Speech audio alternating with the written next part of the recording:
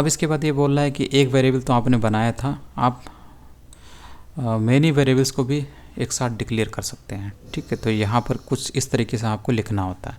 कामा separated list आपको बनानी होती है। जैसे आपने यहाँ पर बनाया, पहले लिखा INT एक्स में कितना डाला, एक्स नाम के वेरिएबल जिसमें इंटीजर टाइप की वैल्यू 5 डाल दिया, उसके बाद कामा लगाया, और फिर वाई नाम के वेरिएबल में आपने 6 डाल दिया, फिर जेड नाम के वेरिएबल में आपने 50 डाल दिया।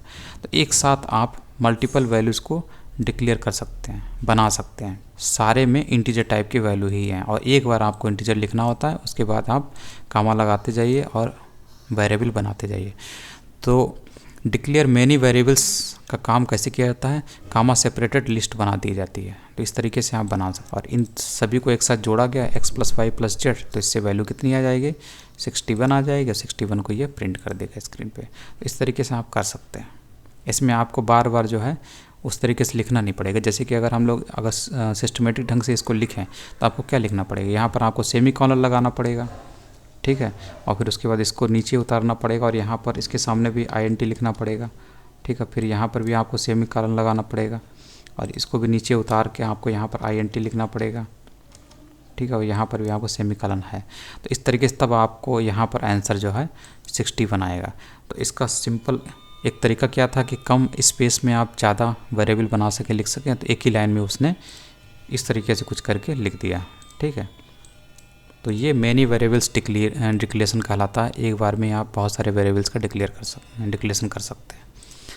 तो इस तरीके से होता है ये। और दूसरा तरीका ऐसे भी है, एक साइड में आप वेरिएबल्स को डिक्लेयर कर दीजिए, उसके बाद आप इनिशियलाइज कर दीजिए। इस तरीके से भी आप कर सकते हैं, जैसे इसने यहाँ पर इस तरीके से किया है। ठीक है, तो इसने तो सारे वेरिएबल एक साथ ले लिया, x y z तीनों की वैल्यू इसने 50 ले ली, तो यहाँ पर तो आपको 150 मिलेगा। तो इस तरीके से कर लिया। और आप चाहें तो यहाँ पर एक एक करके आप यहाँ पर वैल्यू दे सकते हैं। जैसे आपने यहाँ पर 10 ले लिया, उसके बाद यहाँ पर आपने सेमीकोलन लगाई है, क्योंकि आप नई लाइन पे ले जा रहे हैं ना इसको, तो आपको सेमीकोलन लेना पड़ेगा। यहाँ पे 20 कर लीजिए, सेमीकोलन, उसके बाद आप इसको नई लाइन पे ले जाइए। तो इन तीनों की वैल्यू आपको यहाँ पर ऐड होती दिखेगी। एक बार में आपने एक साथ जो है मल्टीपल डिक्लेरेशन कर दिया, और यहाँ पर एक एक करके इनिशियलाइजेशन कर दिया। तो ऐसे भी आपका आंसर मतलब ठीक ठाक आएगा। उसके बाद C# आइडेंटिफायर्स का मतलब ये होता है कि आप जो वेरिएबल बनाते हैं वो अच्छे से आइडेंटिफाई किया जाए। मतलब इसका ये है कि वेरिएबल बनाने का जो तरीका है उसका नेम बहुत ही यूनिक होना चाहिए, और ये इससे ये पता लगना चाहिए कि आखिर वेरिएबल में किस टाइप का डेटा स्टोर किया गया है, और वेरिएबल में आपने क्या स्टोर किया है। तो इसीलिए उसको आइडेंटिफाई किया जा सके उसके अंदर के डेटा को। तो यही बता रहा है कि वेरिएबल आपको इस तरीके से बनाना है कि उससे पता चल सके प्रोग्रामर को आखिर उसमें किस टाइप का डेटा हो सकता है। तो इसीलिए उसको आइडेंटिफायर कहा गया है वेरिएबल्स को। तो क्या तरीका है बनाने का, यहाँ पर लिखा हुआ है। जैसे कि आपको वेरिएबल नेम बनाना है तो इसमें आप डिजिट, लेटर, अंडरस्कोर का इस्तेमाल कर सकते हैं। बस कुछ चीज़ें आपको याद रखनी है कि इसमें आपको किसी डिजिट से स्टार्ट करके वेरिएबल नेम नहीं बनाना है, बल्कि आपको लेटर या अंडरस्कोर्स का इस्तेमाल करना है।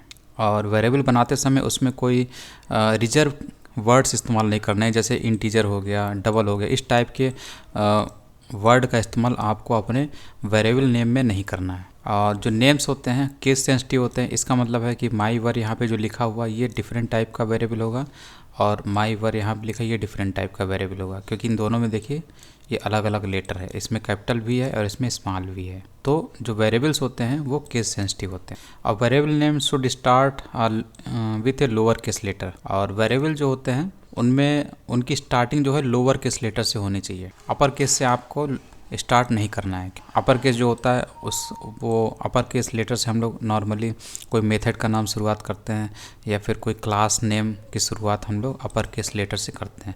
लेकिन वेरिएबल की स्टार्टिंग जो है आपको लोअर केस लेटर से रखनी है, और इसमें कोई वाइट स्पेस भी नहीं रखना है, नहीं तो वो डबल वेरिएबल जैसे बन जाएंगे। ठीक है, तो बस यही चीज़ इसमें दी हुई है।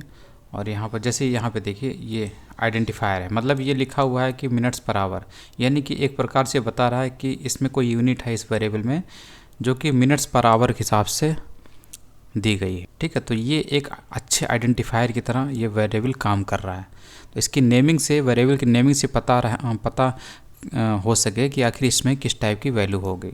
ठीक है, तो इस तरीके से आपको वेरिएबल बनाने हैं। अच्छे आइडेंटिफायर के रूप में वेरिएबल का नेम आपको बनाना है।